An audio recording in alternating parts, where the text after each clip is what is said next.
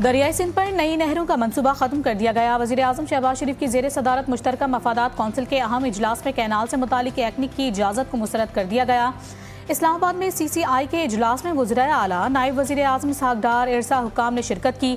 इजलास में भारतीय आबी जारहियत की भी मज़म्मत की गई।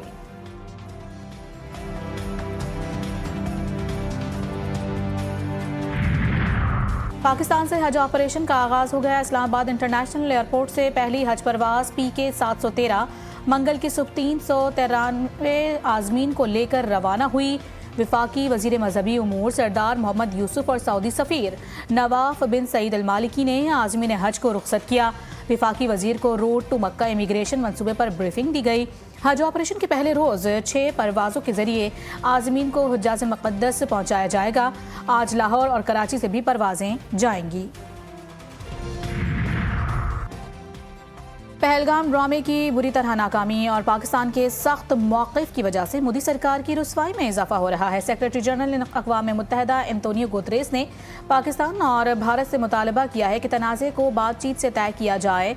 ईरान ने पाकिस्तान और भारत के दरमियान सालिसी की पेशकश करते हुए दोनों मुल्कों से सब्र व तहम्मुल की अपील की है।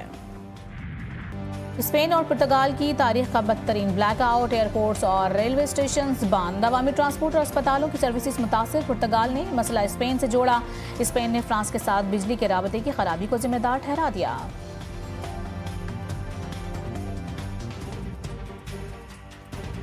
सदर रजब तैयब एर्दोगान की पाकिस्तान और भारत से तहम्मुल की अपील। तुर्क सदर का कहना है कि खत्ते में नए तनाज़ात किसी के मफाद में नहीं। पाकिस्तान से तिजारती और दिफाई ताउन पर बातचीत जारी। अवामी सतह पर भी हिमायत का यादा।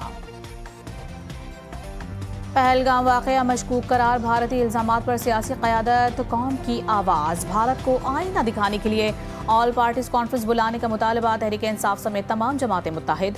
भारतीय झूठ का मुंह तोड़ जवाब देने पर इत्तेफाक। सेनेटर इरफान सिद्दीकी कहते हैं कि मोदी का झूठ अब चलने वाला नहीं। सेनेटर फैसल वावडा बोले पाक भारत कशीदगी पर APC बुलाई जाए। तहरीक इंसाफ समेत तमाम जमातों को बिठाएं। सेनेटर अली जफर का कहना था कि भारतीय हुकूमत पहले अपने गिरेबान में झांके। पहलगाम वाक़े से मुतालिक भारतीय इल्ज़ामात बदनीयती पर मबनी है।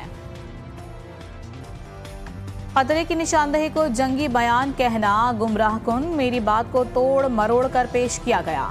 झूठा प्रोपेगेंडा बंद किया जाए। वज़ीर दिफा ख्वाजा आसिफ की दो टोक वजाहत। जंग मुसल्लत की गई तो जवाब देंगे, लेकिन हमने कभी पहल नहीं की।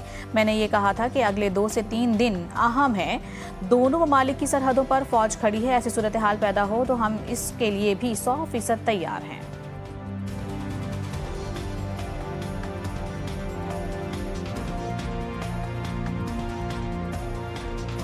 नरेंद्र मोदी की गीदड़ भपकियों का उल्टा असर। कौम वतन पर कुर्बान होने के लिए तैयार। भारतीय फॉल्स फ्लैग ऑपरेशन के खिलाफ नामवर शख्सियात और कौम पाक फौज की हम आवाज़ बन गई। मारूफ शख्सियात का कहना था कि मुल्क की सलामती पर कोई समझौता नहीं हो सकता। अगर आप एटमी ताकत हैं तो हम भी एटमी ताकत हैं।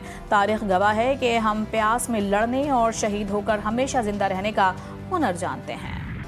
दहशतगर्दों को जड़ से खत्म करने का mission. Security forces in action. पाक अफगान बॉर्डर पर फॉलो अप ऑपरेशंस। मजीद 17 खवारिज मारे गए। ISPR के मुताबिक हलाक दहशतगर्दों के कब्जे से असलहा और गोला बारूद बरामद। सदर मुमलिकत और वज़ीर आज़म का सिक्योरिटी फोर्सेज को खिराज तहसीन। शहबाज शरीफ ने कहा खारिजी दहशतगर्दों के खिलाफ जंग जारी रहेगी।